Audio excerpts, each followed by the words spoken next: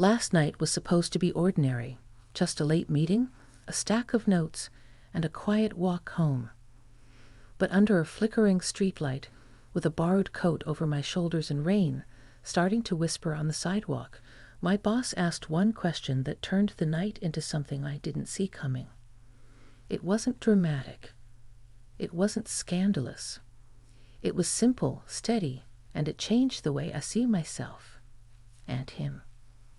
Before we dive in, do me a favor. Tell me in the comments which city you're watching from. I love seeing where everyone's tuning in. New York, Phoenix, Dayton, wherever you are. I'm glad you're here. I'm Pamela, 52, the kind of woman who keeps extra tea bags in her purse and remembers everyone's dietary preferences long after HR forgets. I work in operations, schedules, budgets, the unglamorous spine of the office, and my boss, Justin, is the calm in our storm. Mid-50s, neat silver at the temples, the type who asks questions instead of making speeches. He's not flashy. He's the person you want beside you when the projector fails 5 minutes before the board arrives. That night, the board meeting ran long. Numbers and forecasts and the peculiar tension that clings to conference rooms after 8 p.m., when the last slide finally clicked off, it was just the two of us and a cleaning cart humming somewhere down the hall. I packed my binder, rubbed the bridge of my nose, and tried not to think about the chilly walk ahead. "Pamela," he said, sliding his laptop into its sleeve, "which direction are you headed?" "Maple and 3rd, I answered. "About 12 blocks. He lifted an eyebrow. "That's my path most nights. Let me walk you." He asked it like an offer I could refuse, and I liked that. I checked the clock, the dark windows, my stubborn pride about being independent, and then I nodded. "Thank you. I'll take the company." We rode the elevator down, listening to the soft clang of old cables, the building's version of a goodnight lullaby. In the lobby, the security guard waved and said, "Stay warm out there." The revolving door pushed us into the street's cold breath. I pulled my cardigan tight. Justin shrugged off his overcoat and held it out. "Take it," he said. "You'll be negotiating with the wind the whole way." "I'm fine," I tried. But the wind made its case by slipping under my sleeves, and the coat smelled like cedar and clean laundry. I slid into it, and the lining held the day's heat like a favor.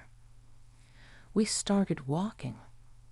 Traffic had thinned to a hush, the kind the city keeps for itself when it thinks no one is listening.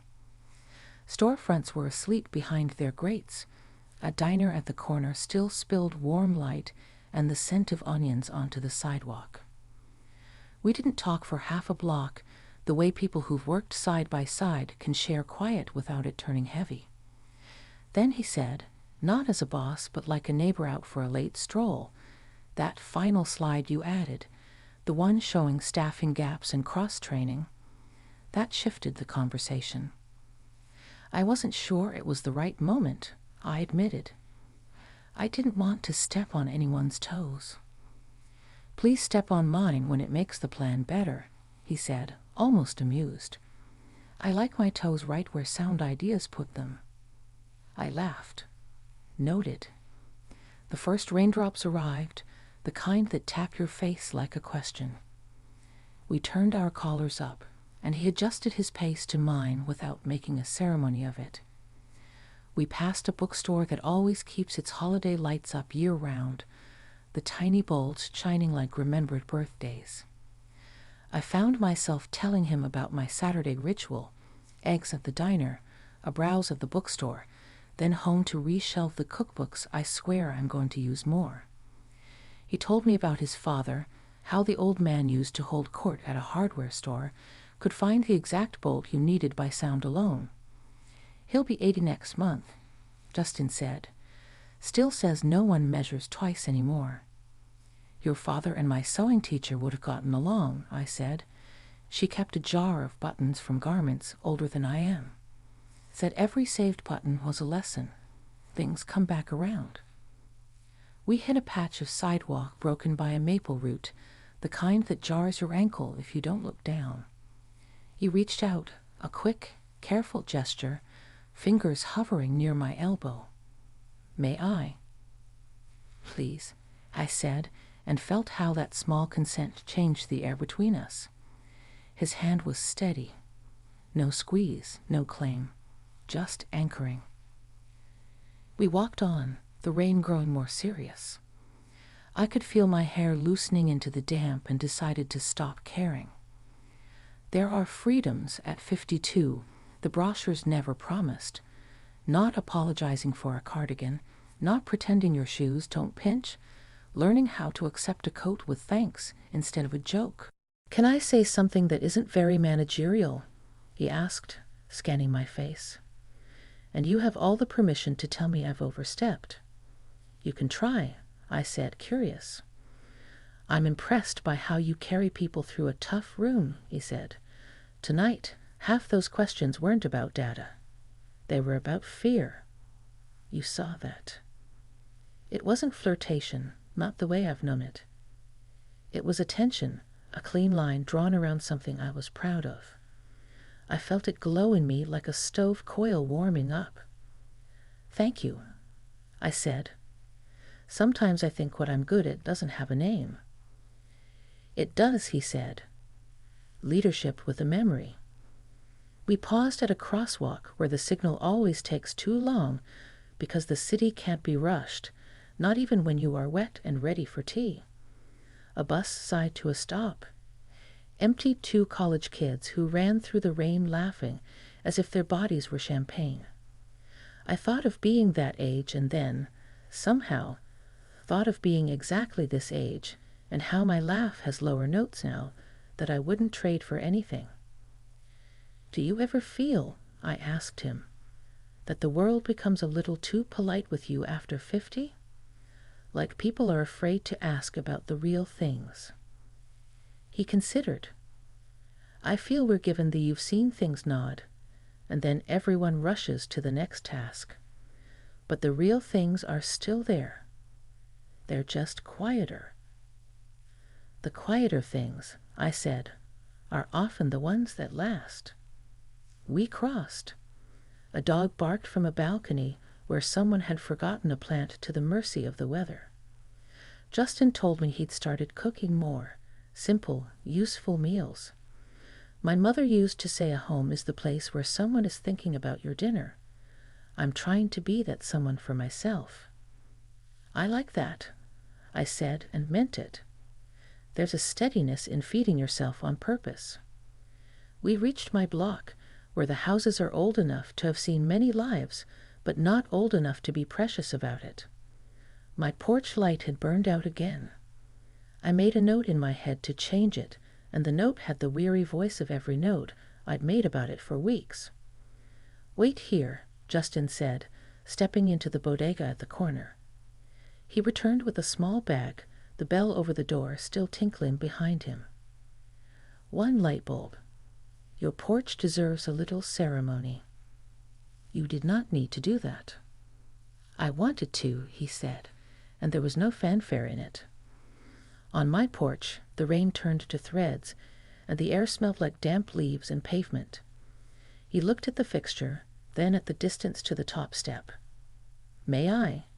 he asked, again, and I realized how much I trusted the way he asked. I held the bag while he twisted the old bulb free and pressed the new one in. When he flipped the switch, the bulb glowed that hopeful, butter-colored light that makes an old porch look like a page from a storybook.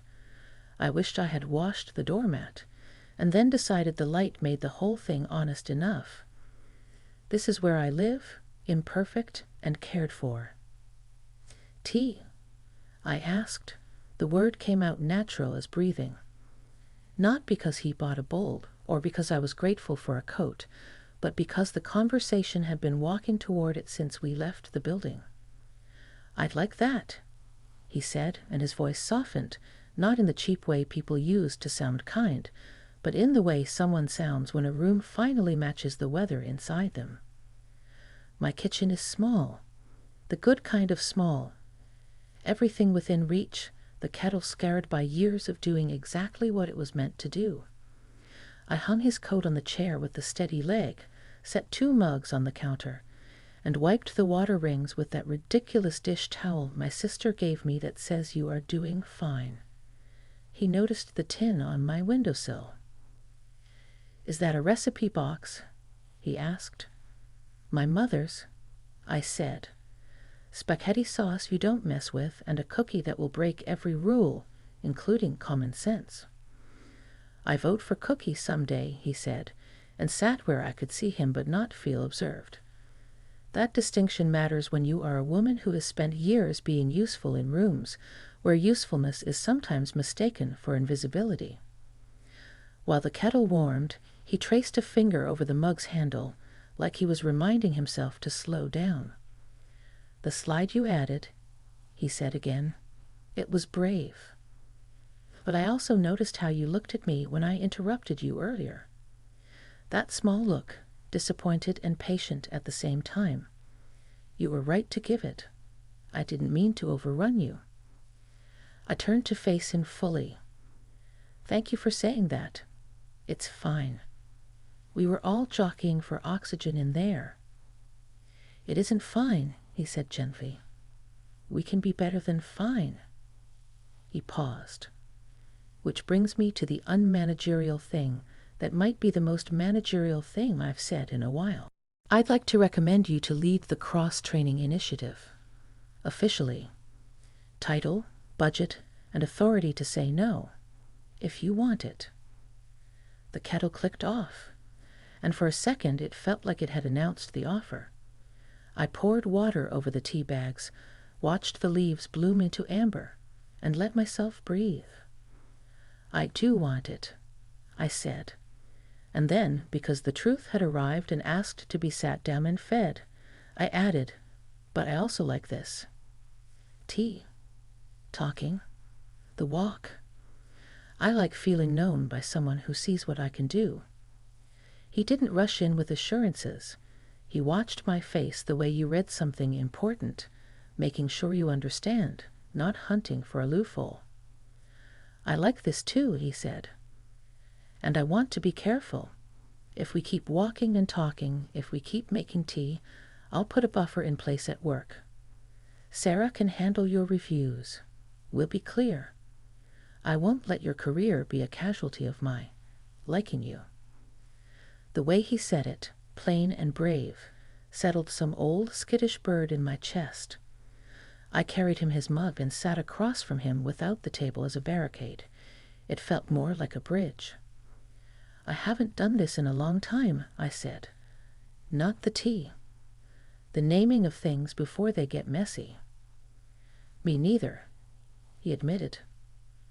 "But I'd like to try it that way. Slow on purpose. Respect first. If we ever take a step, it'll be a step we both see." Outside, the rain had softened into that delicate mist that makes the streetlights look taller. We let the silence lengthen, the good kind, braided with the sound of spoons tapping mug rims and the soft hum of the refrigerator working behind us. He told me about the hardware store again, about how his father kept a notebook of measurements in a pocket, doorways, windows, spaces that needed particular care. I told him about the notebook I keep in my purse, people's favorite teas, preferred chairs in meeting rooms, the birthdays no one advertises. He laughed that surprised laugh of recognition. "We're both the keepers of dimensions," he said. "Maybe that's why the walk felt right," I said. "We're good at measuring how much space something needs." His phone buzzed on the table. He turned it face down without looking, not to stage a point, but because that was the dimension the moment needed. I thought about how many dinners I'd attended with people whose phones were third guests, and how uncomplicated this felt by comparison. He finished his tea and set the mug down with the care of someone returning a borrowed book. "It's late," he said. "I should go, but I wanted to ask. I'd like to do this again." Not as your boss, not as anything that pushes, just as two people who pay attention. I walked him to the door, the porch light burning like it had been waiting for this exact hour to prove itself. He put his coat back on, then hesitated. "May I give you a hug good night?" he asked, the same way he'd asked about my elbow, the light bulb, the walk itself. "Yes," I said, and stepped into it. It was the kind of hug that keeps its own boundaries. Warm, steady, no performance, a punctuation mark at the end of an honest sentence. When we let go, he stepped back enough to see my face and gauge it, not to decode or take, just to register. I felt strangely taller, as if something inside me had decided to stand up and be counted. "Text me when you're home," I said, and then we both smiled at the obviousness. We were already home, each of us in our own way. "I'll text when my key turns," he said, and started down the steps. At the bottom, he turned. "Pamela?" "Yes." I meant it. Respect first. When the door clicked shut, the house felt slightly different. Not bigger, not smaller, but aligned. I washed the mugs, put the new light bulb's cardboard sleeve in the recycling, and wrote 2 things on a sticky note for tomorrow. Call Sarah. Buy spare bulbs. Then I wrote a 3rd thing, the kind of note you keep for yourself, because you've earned it. You are not invisible here. The phone buzzed. "Home," he wrote. "Thank you for the tea and the talk." I typed and erased twice. Then I sent. "Thank you for the walk and the light." In the bedroom, I set my alarm for the morning and tucked the day into the place where good days go, the place that isn't loud but lasts. Outside, the rain smoothed the street into a soft shine. Inside, I lay there thinking about measurements and memory, and about how sometimes the unexpected isn't fireworks or grand declarations. Sometimes it's a steady evening where someone sees you clearly, asks permission, and means what they say. And that was the surprise of the night, that I could be 52, tired, competent, hopeful, and still discover a new room inside myself simply by letting someone walk beside me. The morning after that walk, the office felt the same. Emails stacked high, phones chirping, the copier groaning like an old neighbor. But for me, something had shifted. It wasn't about romance, not yet, and maybe never in the way people expect. It was about being seen, and once you've been seen clearly, you can't slip back into invisibility without noticing the loss. Justin passed my desk around 10. He didn't linger, didn't break stride, but he set down a small paper cup of tea beside my keyboard. Chamomile. He'd remembered. "Cross-training proposal," he said in his usual voice, the one that never rushed anyone. "Whenever you're ready." And then he was gone down the hall. The tea steamed quietly, a secret between us. I opened a new document and started writing. Not just tasks and goals, but reasons. Why this mattered, why people needed to feel trusted with more than one role. I wrote with a kind of fire I hadn't felt in years. It was as though last night's rain had washed the dust off some part of me. By noon, Sarah stopped at my cubicle. She was always direct, her dark bob swinging like punctuation. "So I hear I'm taking over your reviews." She tilted her head. "Something you want to tell me?" I hesitated. The office was no place for confessions. "Justin wants me leading the initiative," I said. "It makes sense to shift the reporting." She studied me like she had her own theories, then nodded. "Congratulations. It's overdue." And then, softer, almost conspiratorial, "It's good to see you smiling again." That night, I walked out carrying my laptop bag heavier with drafts and lighter with possibility. Justin was waiting by the door. "Heading home?" "Yes," I said. "Though I should warn you," I replaced the porch bulb. "You'll be disappointed if you expected another ceremony." He chuckled. "I'll manage." The walk was easier this time, like we'd already paved the distance between us. We talked about nothing urgent. Books half read, the strange comfort of grocery stores late at night, how he burns toast no matter what setting he chooses. Somewhere between 7th and 8th, he stopped. "Pamela, are we sure about this?" His tone wasn't doubtful. It was careful, like setting glass on a shelf. "We're sure about the tea, the walks, the respect," I said. "The rest can wait." He let out a breath, relieved. "Good. Because I don't want to risk making you smaller in the eyes of this place. You deserve bigger." That word, bigger, settled in me. For so long I had been steady, reliable, invisible scaffolding. Bigger was not what people usually offered women past 50. But here was a man saying it like it was obvious, like the sky was blue. When we reached my block, the porch light shone down as if it approved. This time I invited him in without hesitation. I had cookies cooling on the counter, the kind that always collapse in the middle, but taste like childhood. We sat at the table, eating them while the rain pressed lightly at the windows again. It was the simplest evening, yet it felt like the continuation of a story neither of us had realized we'd started years ago. Every late meeting, every exchanged glance across a table, every shared silence built